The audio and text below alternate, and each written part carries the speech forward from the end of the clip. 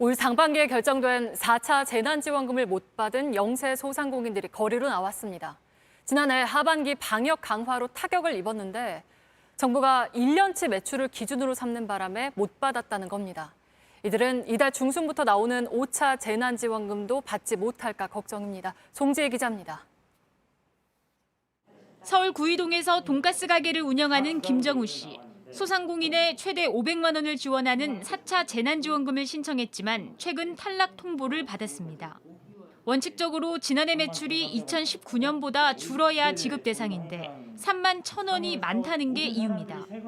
2019년 상반기 개인 사정으로 2달간 가게 문을 닫은 사정은 반영되지 않았습니다. 4그릇 팔아서 지금 3만 원을 더 번 거거든요. 조사를 제대로 안 해놓고선 3만 원 더 벌어서 그랬으니 대상자에서 빠져야 되겠다.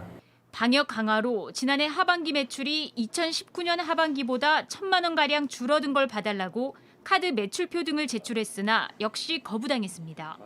김 씨처럼 4차 재난지원금에 이의 신청을 제기한 소상공인은 약 6만 명인데 이 중 절반가량은 영세 상인인 간이, 면세 사업자입니다.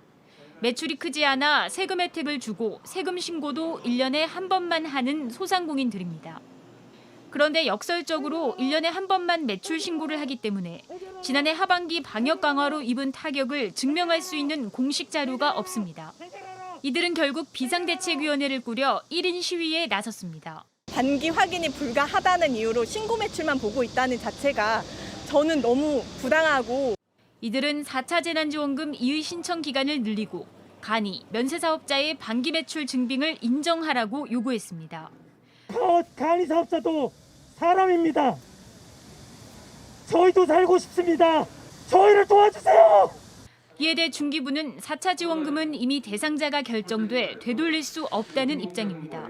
다만 5차 지원금을 신청할 땐 간이과세자가 국세청 자료를 활용해 반기 매출이 줄었다는 걸 보다 쉽게 증명할 수 있도록 한다는 방침입니다. JTBC 송지혜입니다. 이르면 이달 말에 나오는 국민지원금을 어디에서 쓸 수 있느냐도 관심입니다. 정부는 작년과 달리 스타벅스나 이케아 같은 대기업 매장에서는 못 쓰게 하는 방안을 검토 중인 걸로 확인됐습니다. 자세한 내용 이지은 기자입니다. 1년 전 전국민 재난지원금 사용처를 두고 형평성 논란이 컸습니다. 기본적으로 골목 경제를 살린다는 취지였지만 대기업 매장도 본사 소재지가 있는 곳에선 쓸 수 있게 해줬기 때문입니다.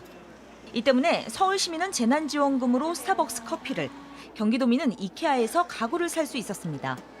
샤넬 등 명품을 모아둔 플래그십 스토어나 애플 전자제품 판매를 대행하는 매장에서도 쓸 수 있었습니다. 시민들은 혼란스러워했습니다. 제가 서울에서 근무를 해서 커피를 마시려고 이제 스타벅스 가면 거기서는 돼서 당연히 이제 전국 어디서나 다 가능한 줄 알았는데 강릉에 갔더니 또 강릉에서는 안 되고. 전화해서 물어보긴 했었거든요. 혹시 재난지원금 쓸 수 있냐. 세분화가 돼서 안내가 있었으면 좀 더 사람들이 쓰는데 헷갈리진 않을 것 같습니다. 정부는 이번에도 지난해와 비슷한 기준을 적용할 것이라고 했습니다. 이러자 올해도 혼선이 반복될 수 있다는 우려가 나왔습니다. 논란이 커지자 결국 정부는 스타벅스나 이케아 같은 대기업 매장은 국민지원금 사용처에서 빼는 걸 검토하고 있습니다. 정부 관계자는 JTBC와의 통화에서 지역사랑 상품권 가맹점에 한해 국민지원금을 쓰는 방안을 추진하고 있다고 말했습니다. 지역사랑 상품권은 주로 소상공인 매장과 전통시장에서 쓸 수 있습니다. 신용카드나 체크카드로 지원금을 받아도 지역상품권 가맹점에서만 쓰도록 하겠다는 것입니다. 통상 연매출 10억 원을 넘는 곳에선 쓸 수 없는데 이렇게 되면 스타벅스와 명품 매장, 이케아 등에선 못 쓸 가능성이 큽니다. 하지만 지자체별로 지역사랑 상품권 가맹점 숫자와 범위가 다르기 때문에 이 기준으로 해도 혼선이 불가피하다는 지적도 있습니다. JTBC 이지은입니다. 이재명 지사가 추진하는 경기도 100% 재난지원금 지급안을 놓고 더불어민주당 대선 후보들이 또다시 충돌했습니다. 합의된 정부 정책을 뒤집는다는 건데 국정 경험이 없기 때문이라는 비판까지 나왔습니다. 하지만 이 지사는 100% 지급을 고수하고 있습니다. 이희정 기자입니다. 이번엔 경기도 재난지원금 문제가 신경전으로 옮겨붙었습니다. 앞서 이재명 지사가 도민 상위 12%에게도 지원금 지급을 검토하겠다고 밝히자 다른 후보들이 반발하고 나선 겁니다. 국회가 여야 간 합의로 결정했던 것, 국회의 결정에 따르려 하고 있는 다른 지자체와의 형평성은 어떻게 할 것인가? 국정 경험이 없으시잖아요. 그냥 일방통행하겠다고 하면 그러면 국정이 어디로 가겠습니까? 박용진 의원은 왜 또 다른 갈등을 만드는지 모르겠다고 했고 김두관 의원도 지자체 편가르기라며 이 지사를 몰아세웠습니다. 하지만 이재명 지사는 100% 지급을 추진하겠다는 뜻을 굽히지 않았습니다. 중앙정부 정책과 지방정부의 정책은 다른 게 정상이다라는 말씀 먼저 드립니다.